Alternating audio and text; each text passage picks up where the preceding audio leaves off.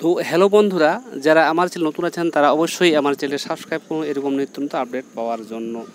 তো যেটা বিষয়টা বলছে যে রাজ্যে 14,000 শূন্য পদে হোমগার্ড নিয়োগ, অষ্টম শ্রেণীর পাশে কিন্তু আবেদন করতে পারবেন।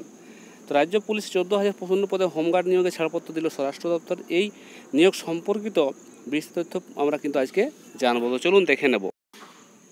তো এখানে বিষয়টা বলছে home and hill affair department, Nabanna 325 Sarat Chatterjee road, Howrah 71102 তরফ থেকে হোমগার্ড পদে নতুন নিয়োগের বিজ্ঞপ্তি প্রকাশিত হয়েছে।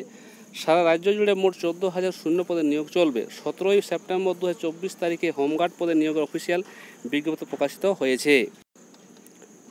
নোটিফিকেশন নাম্বার যেটা 426, স্যাংশন HHA 11012 ব্র্যাকেটে 12 আছে 8/2020 PM SEC। তো পদের নাম হচ্ছে অস্থায়ী হোমগার্ড, টেম্পোরারি হোমগার্ড, অর্থাৎ এটা কিন্তু পার্মানেন্ট কোনো চাকরি নয়, এটা কিন্তু অস্থায়ী টেম্পোরারি কিন্তু হোমগার্ড নেওয়া হচ্ছে। কতদিনের জন্য? 10 দিনের জন্য একটি চুক্তির ভিত্তিতে নিয়োগ করা হবে।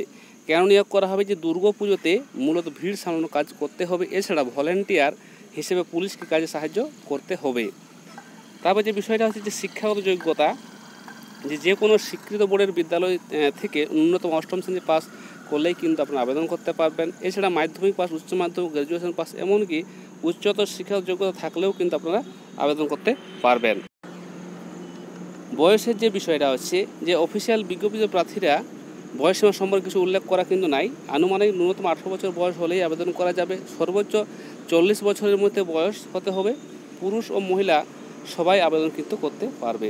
বেতন যেটা হতে হবে যে অস্থায়ীভাবে কাজের জন্য প্রতিদিন 626 টাকা করে বেতন দেওয়া হবে। মোট 10 দিনের জন্য 6,260 টাকা কিন্তু বেতন পাবে। ট্রেনিং যে বিষয়টা হচ্ছে যে যারা হোমগার্ড পদে সিলেক্ট হবেন তাদেরকে 3 দিনের একটি ফর্মাল ট্রেনিং দেওয়া হবে, সেই বেসিকে কিন্তু কাজটি করতে হবে।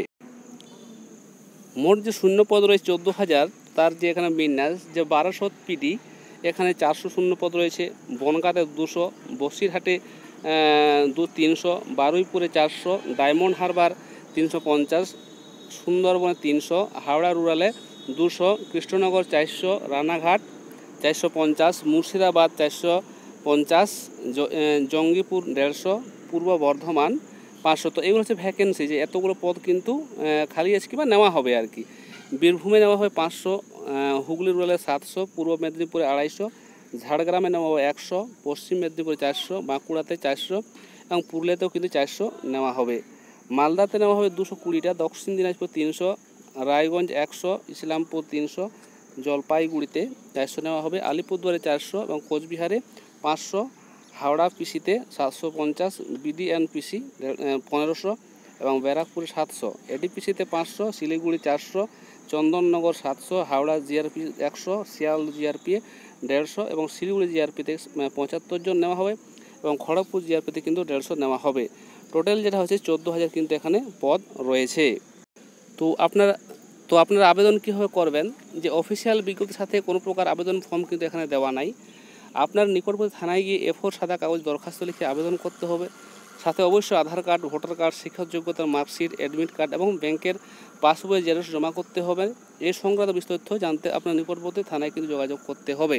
তা সেখানে কিন্তু আরও বিস্তারিতভাবে আপনারা কিন্তু জানতে পারবেন।